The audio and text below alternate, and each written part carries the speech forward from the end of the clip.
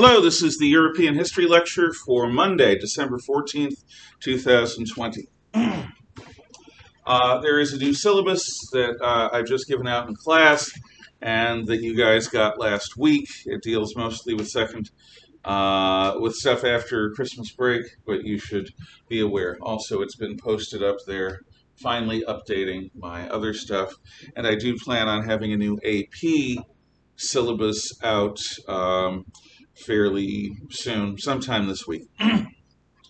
The Directory is the form that the revolutionary government of France takes after the fall of the Committee of Public Safety and the execution of Robespierre. The Directory is not interested in pushing the bounds of revolutionary life, which means that my communist college professors hate the Directory. They love Robespierre, that murderous lawyer with the guillotines on his suit, because Robespierre is at least radical, just like they think they are. The Directory is trying actually to do something pretty darn important. When you have a revolution, it's not hard to keep killing your way through enemy after enemy after enemy. What's difficult is deciding when to stop, when enough is enough, when it's time to consolidate the gains of the revolution by making some kind of normal life possible. Normal life being life oriented not towards constantly pushing the bounds of revolutionary ideas, but in terms of living a life, falling in love, having a family, having some kids, doing a job, being a person, rather than a revolutionary, being a person. And this person thing wasn't possible under Robespierre. It becomes more possible under the Directory. However, the Directory is not dynamic, it's kind of weak, and we'll see what happens to weak governments in a revolutionary environment. Now we shift southward to Corsica. There are two big islands to the west of Italy. It looks like Italy is kicking the soccer ball under a goal described by these two islands. The northernmost island is Corsica, the southernmost island is Sardinia. On the map, which I just, of course, moved the camera away from, they are here and here. Corsica is the northernmost of the two. Sardinia is the southernmost of the two. Now, Corsica has, through the course of history, become part of France. But it's Italian in culture. And it's actually almost Sicilian in culture. Corsica was, as Sicily, a land of vendetta and omerta. Vendetta is family blood oath, feuds that go back centuries, that require the death of your enemies. Omerta is the code of silence that you are sworn to, not to bring the authorities into your family blood feuds. These things are done privately. They are done by you. You don't expect the police to give you justice, because they're not. The police work for the rich and the powerful. For everyday people to get justice, they've got to do it themselves. So, this environment is the revival of the old law of family, where blood calls out for blood. Vengeance is normal and expected, and you don't trust anyone that doesn't have a blood tie with you, not beyond a certain point. Now, with Napoleon Bonaparte, a man who comes from this Corsican background, you can take the boy out of Corsica, but you cannot take Corsica out of the boy. This mafioso lifestyle and outlook is going to be a part of Napoleon from the day he's born until the day he dies. And it's going to shape what he does. It's going to make him successful, but it's also going to characterize some of his weaknesses as a leader. Now, Napoleon comes from a middling family in Corsica, joins the French army, goes to the academy, becomes an officer, and basically is one of many officers that are there during the revolution who do not die on the statement of loyalty to the king. Napoleon is a revolutionary army officer, and he doesn't really stand out until Toulon. Now, Toulon is the primary naval base of the French fleet. Basically, it is a big anchorage that has a harbor that looks something like this. The water, the land, and the city. And if I can find it, I'll use brown for the city.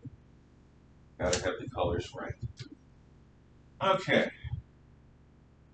So here's the city of Toulon, and it is the primary fleet anchorage for the French battle fleet in the Mediterranean Sea. And the British take it. The British Royal Navy, which we will use red for because that's the color they used, sails in to Toulon Harbor and sends the Marines ashore to occupy Toulon, and the British also they occupy a series of French forts around the city. And so they control this sort of horseshoe-shaped area around Toulon. They dominate it with their Navy cannon and their Marines.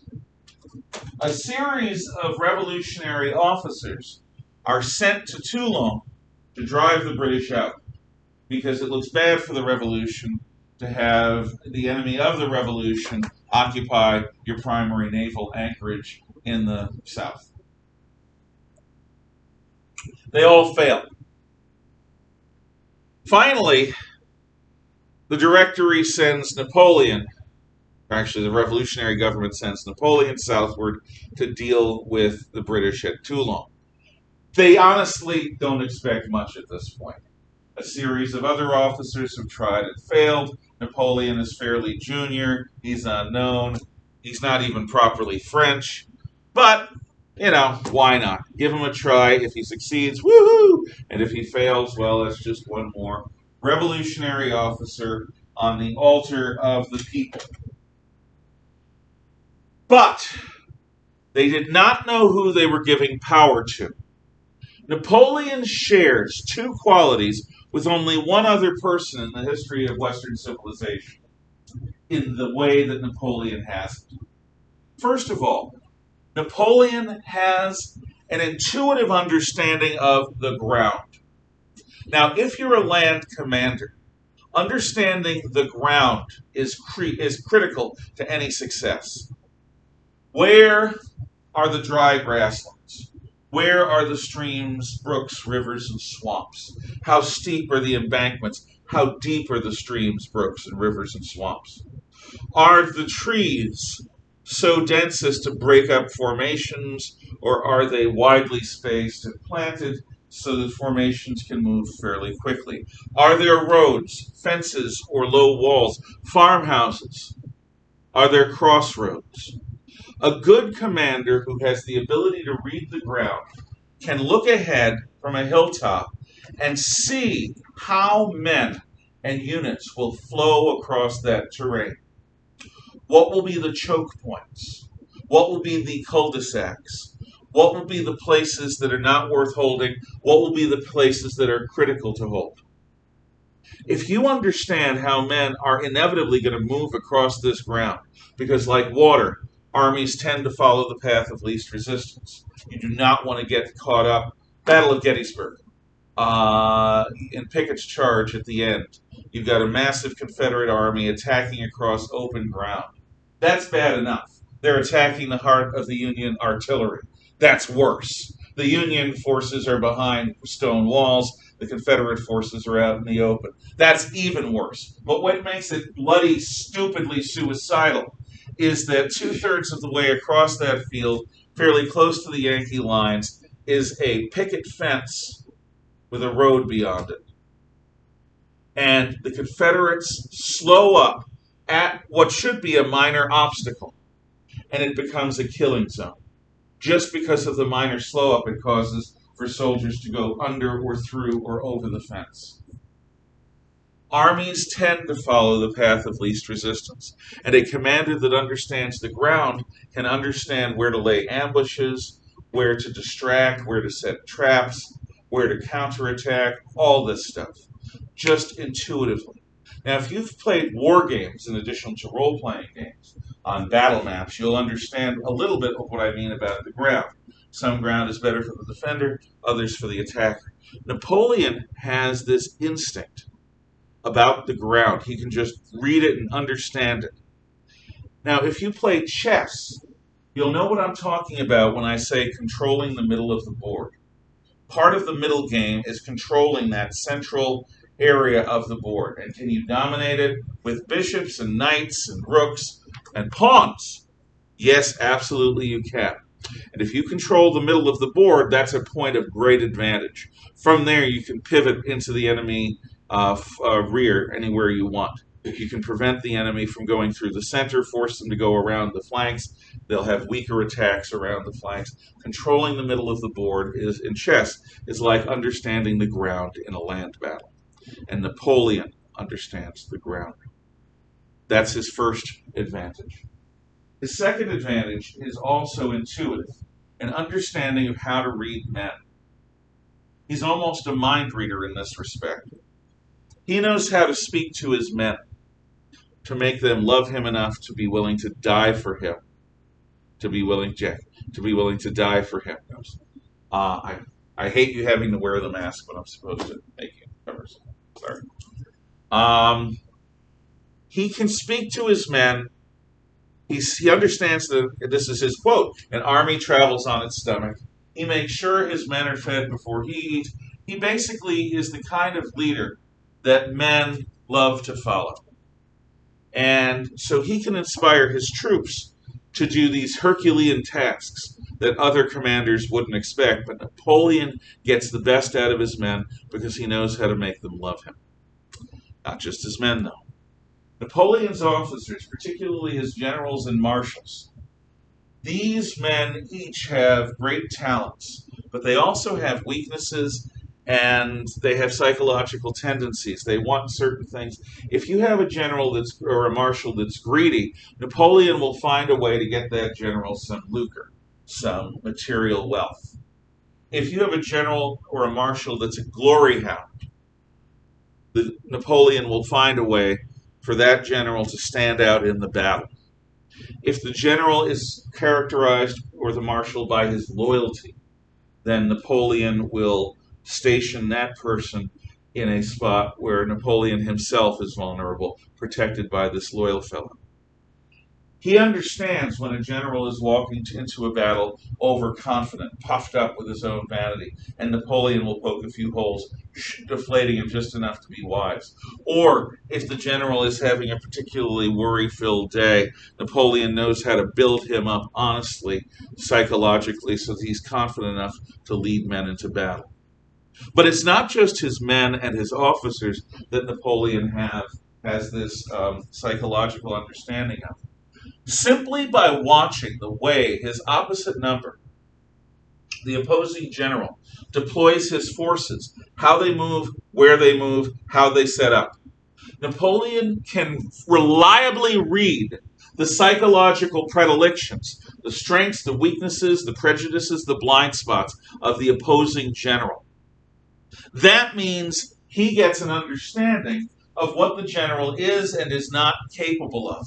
If the general is hyper aggressive, Napoleon will give him opportunities to attack into kill zones and traps. If the general on the other side is indirect, Napoleon will find a way to overwhelm him with direct force. If he's direct, he'll find a way to overwhelm him with indirect force. If he's too cautious, Napoleon will find a way to hurt him, put pressure on him to such an extent that the opposite number will be forced to come out and attack. Napoleon has an ability to read ground and read men so well. There's only one fellow in all Western history that's even like him, and that's Alexander the Great. Alexander the Great has the same qualities. He can read his men, read his officers, read the enemy commander, and read the ground so well that the man conquers the vast Persian Empire in a dozen to 14 years. Whereas Napoleon, in the same time, conquers everything from the English Channel and the Atlantic Ocean to Moscow, Russia, including Egypt at one time. So Napoleon is an amazing general, as Alexander the Great was. He's also a good leader, good politician, but his genius is on the battlefield. So, at Toulon, this is going to first be displayed. Napoleon looks at the situation not like a brawler, but like a surgeon, like a master of Aikido. He sees how his forces, which are weaker than the British overall, can drive the British out. And he tells his generals, be confident, trust me, you'll see how this is going to work. Napoleon has found the choke point of the British. He knows how to get a hold of them and get their undivided attention and get them to give when he wants them to give. He doesn't have to attack the entire front. He doesn't have to retake the city. He doesn't have to find a way with land cannons to destroy the ships. No. No. No. No, no, no. All Napoleon has to do is take these 3 points. That's it. And he's got the force to do that. The British are defending the entire perimeter. Napoleon's going to take this force as a block, and he's going to take this fortress and this fortress for their cannons. The British see what's happening, but they know they can hold him off, keep him out of the town. Until Napoleon starts using the cannon in these 2 fortresses to shell the fleet at anchor.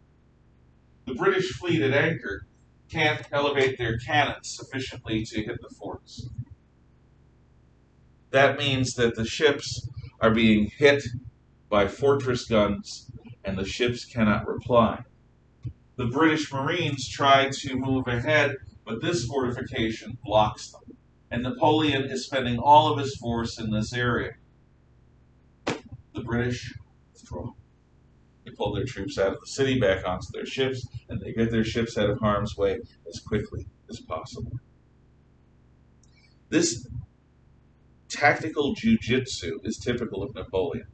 He understands how to get the best out of his men and the land. And the British are pitched out, and Napoleon returns to France, to Paris, should I say, because he's been in France the entire time, a hero. But is he the hero that Paris needs, or is he the hero that Paris deserves? Honestly, I never understood that whole Dark Knight thing at the end. I found it pretentious and obnoxious and a little silly. Napoleon comes back to Paris at a time when the Directory is desperately afraid because there are still food shortages and there are food riots forming up that look like they could overthrow the weakened Directory. So the Directory makes Napoleon military governor of Paris. Now, the Paris mob, since 1789, has gotten everything it wants. Every time it wants something, it gets it. Every time it wants to do something, it does it. It's successful. Everyone's afraid of the Paris mob. Napoleon organizes his garrison and marches them through the streets of Paris to the greatest concentration of rioters and the Paris mob. He lines his men up and marches along the wall of a great public square where they're all gathered. He orders his men, right, face, present, firelocks. He also orders cannon ready with grape shot. He then says to the mob, go home. You have 1 minute to disperse or we will open fire. The mob is not used to being spoken to that way. The mob rips the heads off people that speak to them that way. The last guy in a uniform to speak to them that way was the commandant of the Bastille prison. And you know what happened to him. So they surge towards Napoleon and the troops with their weapons. Fire! Reload! Fire! After the third shot, Napoleon orders a ceasefire. There's no more crowd. They've either fled or they're dead or wounded. The cannons loaded with grape shot don't shoot big bowling ball sized balls. They shoot little shotgun shell type pellets the size of grapes, like a giant shotgun in a cone out in front of each gun. Not to mention the musketeers. Napoleon's not firing over the heads of the crowd to get their attention. He knows the Paris mob. He fires into the mob, and the Paris mob disperses. From that moment until 1870, about 90 years later, 80 years later. To put paid to the Paris mob for 80 years, that's a pretty big accomplishment. And history calls it a whiff of grape shot. Just a whiff. Just enough to do the job. So this demon that has been plaguing the revolution with its wild violence is not going to be a problem anymore. I mean, people don't know this. They just know that Napoleon has broken its back for the time being.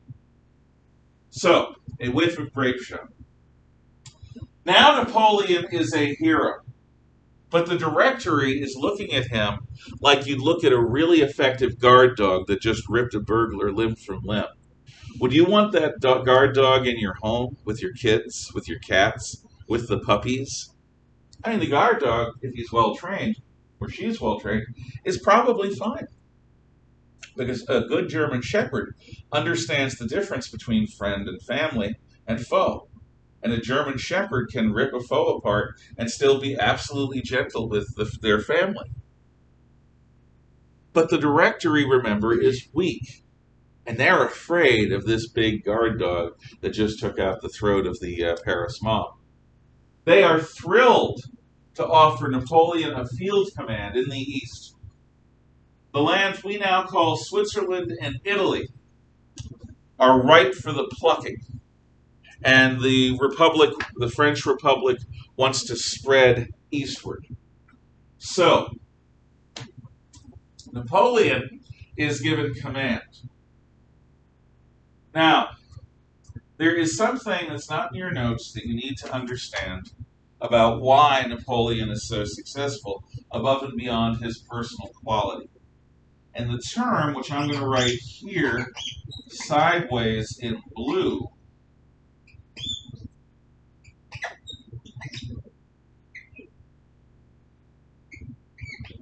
lever en masse.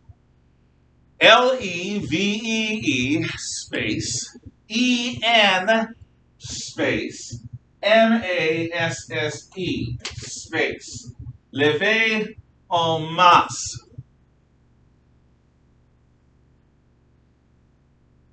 Lever en masse is the drafting of most young Frenchmen of a certain age. Before this point in time, since the wars of religion, Armies had been small. Soldiers had served for 25 years, and they basically, if they survived, were taken care of for the rest of their lives. Most of them didn't survive, and they were highly trained to do all of these various marching maneuvers to bring their muskets to the best angle of attack in any situation. To be a soldier in the mid 1700s was a highly skilled trade. So the armies were small because such soldiers, their training, their equipment was very expensive. So instead of having large armies, the kings of Europe had small but powerful armies that did their bidding for them.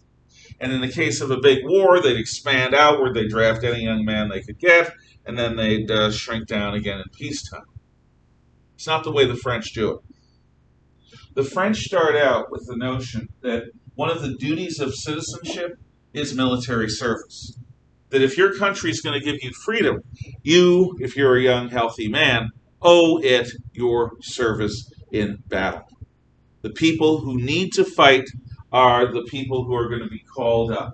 Young, healthy men. And so suddenly, France has this mass army, the first mass army in European history, at least since the Middle Ages, since Roman times. And this mass army of the French means that they outnumber anyone, up to and including the Russian army at some points in time, which is saying something, because the Russians usually outnumber anyone and everyone. Eventually they outnumber the French, but not at first. Even the Tsar's army is smaller. Now, early on, before Napoleon takes over, these armies are of questionable skill. They have the numbers to swamp their enemies, but they don't have the skill to beat them. But still, that's enough to take Holland and the Low Countries and add them to the French Republic. But Napoleon is now moving into some pretty dicey terrain. The Swiss Alps are a place where nobody since Napoleon has even tried to conquer. And Italy is, if you know anything about World War II, a place where defense has real advantages because of all the mountains. So Napoleon is going to combine the size of the levée en masse, which is what the big draft is called. It's a levée en masse, it's a mass levy of troops. A levy of troops is a draft of troops. It is a significant chunk of the young men of France in the army at any one time. Now, Napoleon is going to combine these numerical advantages that the French Republican armies have with his command style. His ability to inspire his men, his ability to command his officers, his ability to read the ground and to read the psychology of his enemies, which is going to build up the confidence and morale and skill of the French army. He's going to train them like crazy, and he's going to lead them like crazy, and they are going to fight like crazy for him. The French are also going to end up being equipped better than any of their opponents for most of the time Napoleon is around, because Napoleon makes sure, as time goes on, that his army has the gear it needs to fight. The first place he goes is Italy. And within a few years, he conquers Switzerland and Italy for France. And it occurs to him, here he is, a Frenchman, conquering Italy. And he takes a book from a Roman who conquered France, or Gaul.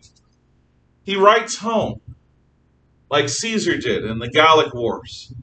And Napoleon's dispatches become famous, and they help build crowd support, even among the Paris people, many of whom lost people to his whiff of grape shot. Napoleon becomes powerful by being popular and by being victorious. So he looks at himself as sort of a reincarnation of Caesar. Well, after conquering Gaul, do any of you remember where Caesar went to get real glory? He's going to, yeah. Does he go back to Rome? He goes back to Rome, but after that, where does he go? Okay. Anyone want to take a shot at it? I'll give you a hint. Oh, God, she's not pretty, but she's so sexy. Who did Caesar end up with? Egypt. Egypt. Queen Cleopatra VII of the House of Ptolemy had a giant honker of a nose, according to her coins. But she was trained by the courtesans of the storied East in how to seduce men and how to rule men through her seductive powers. Well, Napoleon doesn't necessarily want or expect to encounter Cleopatra, but he wants to emulate Julius Caesar by taking that glorious step across the Mediterranean Sea to conquer the immortal sands of Egypt. So he tells the Directory, I need a naval force to transport my army to Egypt. And the Directory looks at a map, and they see that Egypt is even farther away from Paris than Italy. So they say, sure, you got everything we got to send you, because they're afraid of Napoleon coming back. So Napoleon crosses the Mediterranean and invades Egypt. At the Battle of the Pyramids, he defeats the Ottoman Khedive's army, and which is somewhat supported by British. A little while later, though, the French battle fleet in Egypt is destroyed in the Battle of the Nile by British Admiral Horatio Nelson. Still, France controls the ground. Now, he does not find a carpet full of sexy women, which Caesar was given. But he does find something that is a treasure unique in human history. And there's an image of it by the flag over here. That image, can you read that, Sam? Just to the left of the flag. Down on the bottom. Read the title. The Rosetta Stone! Thank you. The Rosetta Stone, which that's a copy of, is unique in history. Again, it's not Cleopatra, but it's something pretty amazing. Here's why. Europeans from Napoleon's time, and actually before Napoleon's time, are absolutely fascinated by Egypt. The pyramids are by far the tallest buildings in the world at that time. And they've been that for thousands of years. The pyramids were ancient when the Greeks and Romans were at the top.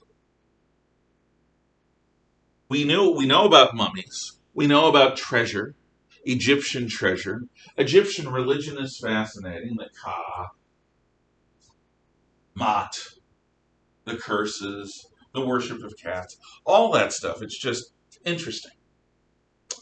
But no one can read a thing because hieroglyphs and the ancient Egyptian languages related to hieroglyphs are just unfathomable. Nobody understands them at all. But near the village of Rosetta, Napoleon's army unearths this big rock, and it's a stela, S-T-E-L-E. What a stela is a rock carved on by the government as an announcement post. Sometimes stelas say things like, I am Ozymandias, King of Kings. Look upon my works, ye mighty in despair, which is a stela invented by the poet Percy Bysshe Shelley in his poem. It can be laws, like the Ten Commandments were sort of stelas from God.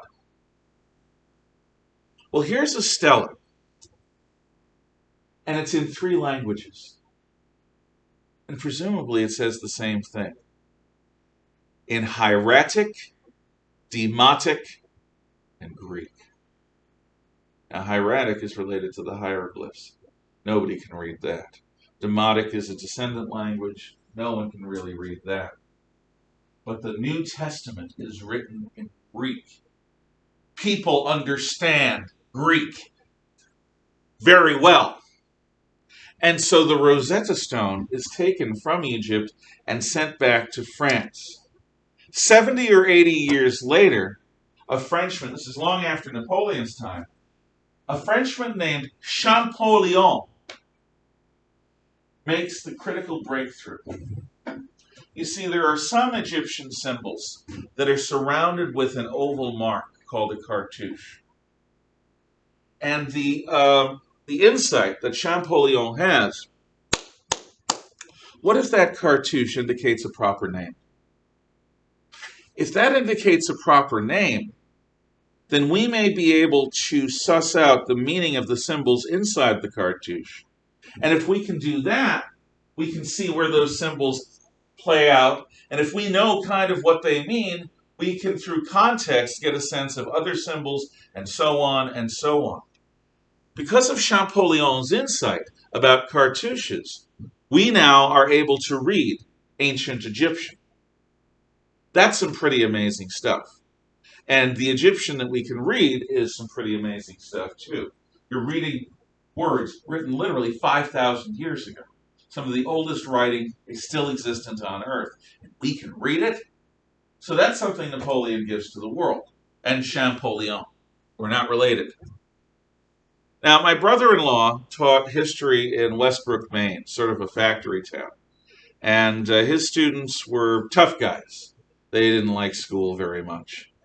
And he had a quiz once, which was about Napoleon, and it included what three languages are on the Rosetta Stone. And one of his students wrote erratic, demonic, and geek. So, they are not the languages erratic, demonic, and geek. They are hieratic, demotic, and Greek. Just FYI. However, there's a problem with Napoleon staying in Egypt. And that problem is expressed in a song. There are two songs that I usually play for my classes, but YouTube won't let me play them while I'm doing a video because, God forbid, I violate somebody's copyright. One of the songs is Le Marseillaise, which is the revolutionary song of France. Le Marseillaise, ask Dr. LeBlanc about this, is a bloody song. It talks about plowing the blood of the enemies of France into the furrows of the ground of our fields. Okay, it's a sangre, blood. It is a let us take the impure blood and plow our fields with it. Okay, and the Marseillaise is in your notepad. It sounds ba-dum ba-dum bum bum bum bum ba-dum ba-dum ba-dum bum bum ba-dum. That's the Marseillaise. Well, there's another song from this time, which is more for the British. It's not the national anthem of the British officially, but it sort of is an unofficial national anthem. And you'll hear the tune when many movies show, London or something. Bum, bum, bum, bum, bum, bum, bum, bum, bum. And the song is Rule Britannia. When Britain first at heaven's command arose from out the azure main, this was the charter of the land, and guardian angels sang this strain. Rule Britannia, Britannia rules the waves. Britons never, never, never shall be slaves. And it goes on. Rule Britannia is a song extolling the virtues of Britain ruling the waves, because in the time before air power, you can't invade the British Isles unless you first gain control of the sea. And if Britain rules the waves, you're not invading Britain. And that means Britons, people of Britain, will never be slaves. If you look at those two songs and listen to them, which you probably should somewhere, it's easy enough to find versions of them online, you'll get a sense of the differences in the national character. But because Britannia rules the waves, there's no way that Napoleon can hold Egyptian territory across the Mediterranean from metropolitan France. So Napoleon has to leave himself with his officers, with the Rosetta Stone. And whatever forces he leaves in Egypt are conquered by the British and the Egyptians and the Turks. So, Napoleon is back in France. It's 1898-99. And Napoleon decides that what he is going to do is he's done with the Directory. So he causes them to be overthrown, and a new constitution is set up, and Napoleon becomes first consul of the French Republic. Consul like the old Roman proconsuls, where you have two of them. Well, Napoleon is the senior. He's like the president of the French Republic, but he's the senior consul. And as that, he expands France eastward. He conquers Austria. He conquers Prussia. He conquers the alliance of countries around him. He conquers Spain. He tries to conquer Portugal. He conquers Poland, actually restoring Poland, because Poland had been sucked off the map by the first partition of Poland by Austria, Prussia, and Russia, which just all went in on Poland. So Napoleon establishes a Polish ally east of Prussia to counterbalance the Germans. Yep, the French outnumber the Germans, they outfight the Germans. Napoleon outgenerals the Germans in a series of battles, the battles of Jena, Battle of Austerlitz. And Napoleon decides, in the midst of this, first consul of the French Republic is not enough. No. I need to be more, because I am more. Because I've done things that nobody has done since Caesar in Rome. But Caesar died. I'm not going to follow that example. I know. So he gathers the great leaders of his Europe together. Many of them are his relatives. We'll talk about that next time. And these leaders include the Pope. Now, you remember when Napoleon conquers Italy several years before? The Pope is captured. The Pope is put in prison. The Pope is basically brainwashed through sleep deprivation and torture. The Pope that comes out of that experience will do whatever Napoleon wants. And Napoleon is thinking back to the first Holy Roman Emperor, Charlemagne. Napoleon abolishes the Holy Roman Empire. No emperor in Europe except, and calls everyone together. And with the Pope sitting passively as an onlooker rather than as the man who crowns, like the Pope did with Charlemagne, Napoleon looks around and says, I've got to be crowned by the only man worthy to crown me. Therefore, I crown myself Emperor of the French. And he puts the laurel leaf on his head. Napoleon crowning himself is also a painting done by Jacques-Louis David, who's also a fan of Napoleon at that time. And his wife, Josephine, is kneeling at his feet. And the other crowned heads of Europe that have been defeated by Napoleon look on in mute support, and they applaud, and the Pope applauds. Napoleon crowns himself because nobody else is worthy. And until around 1808, Napoleon continues to conquer. Finally, and you can look here on your map in your handout, in your notepad, to see the conquests of Napoleon. So go to the page that has maps, assuming we can find them. They're in here somewhere. They're early on. And you will see a page that looks a lot like this. And you'll see the 1648 map of Europe, the Treaty of Westphalia. And then you'll see below it the 1783 map, which is pre-revolutionary. And then you'll see 1797, what Napoleon was able to conquer and dominate in Italy, and what the French were able to do marching right up to the Rhine. And then you'll see the 1812 map. The 1812 map on the lower left is what Napoleon is able to conquer by the Peace of Tilst. The Peace of Tilst in 1808. Except for Portugal and the Ottoman Empire. Napoleon controls continental Europe. He does not control Britain, and he does not control Russia. And Scandinavia sort of is on the edge, doesn't really play a role. But Napoleon controls the heart of Europe. His France includes now all of Spain, almost, all of Italy, almost, all of Holland and France, most of what is Germany today. It does not include Prussia or Austria or Poland, but Prussia, Austria, and Poland all are Napoleon's client states. They're his colonies. Napoleon dominates them. And at Tilst, in the middle of a river, the Emperor of the French goes out to a barge in the midst of the river and meets the Tsar of the Russians, the Emperor of the Russians, Alexander. And Napoleon, Emperor of the French, and Alexander, Tsar and autocrat of all the Russians, and Tsar means emperor also, they do a deal. And the deal is this.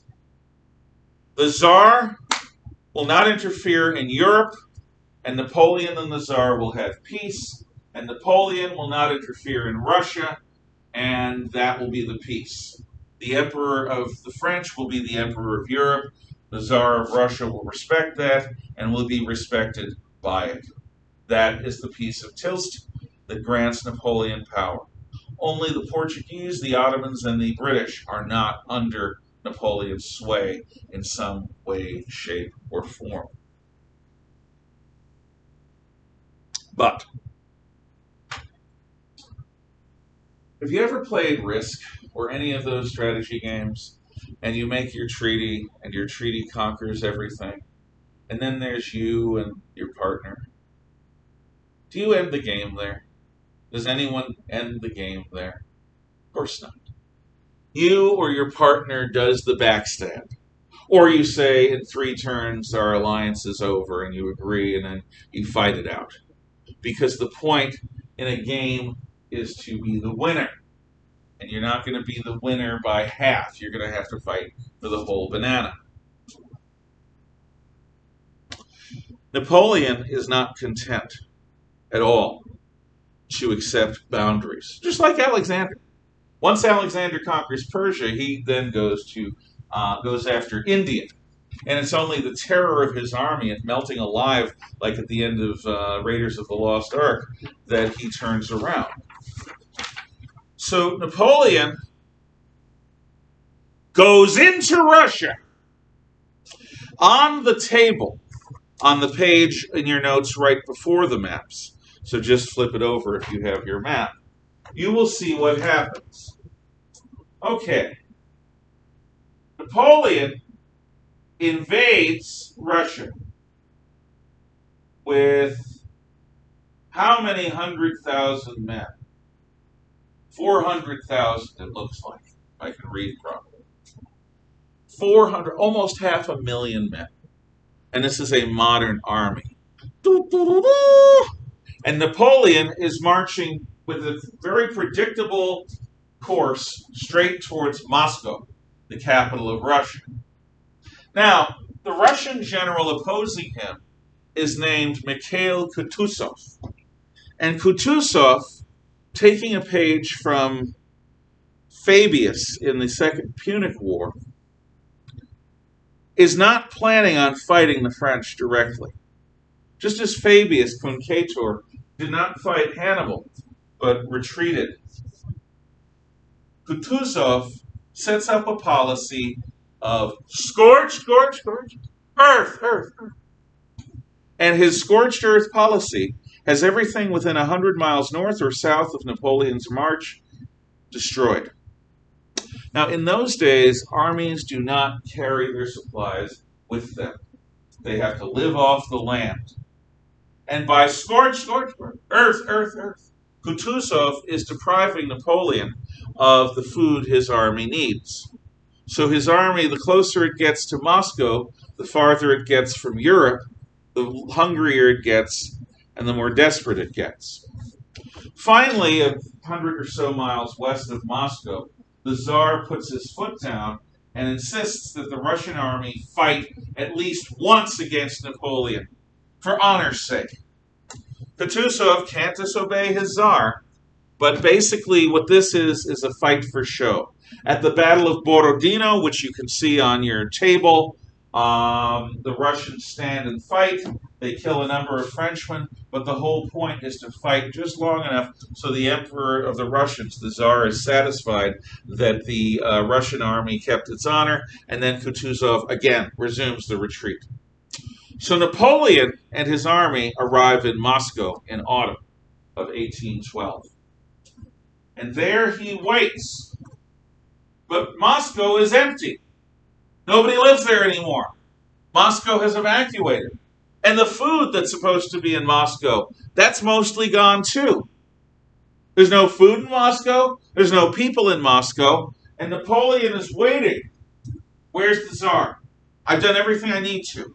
I've marched into taken the capital city. I've beaten his army. It's time for him to surrender now. Where is he? It's time for him to surrender now. The Tsar's not coming. The Tsar's camped out east of Moscow. He's not going to surrender. He doesn't have to. Russia is 7 time zones. He can retreat to the Pacific if necessary. Napoleon needs food. Doesn't have it. And then, just as the first snows fly,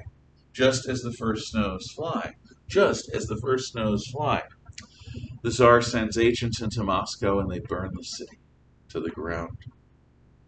Napoleon and his men now no longer have the shelter of the city of Moscow. They are deep inside Russia at the beginning of a Russian winter. And remember, the climate of Paris, France is like Virginia. They're not used to winter. And a Russian winter in Moscow is worse than anything we see south of the center region of Manitoba. And I don't mean where the cities are down along our border. I mean up in the center of Manitoba, north-south. The winter is about to hit, and that is where we will leave things. Any questions, comments, or thoughts?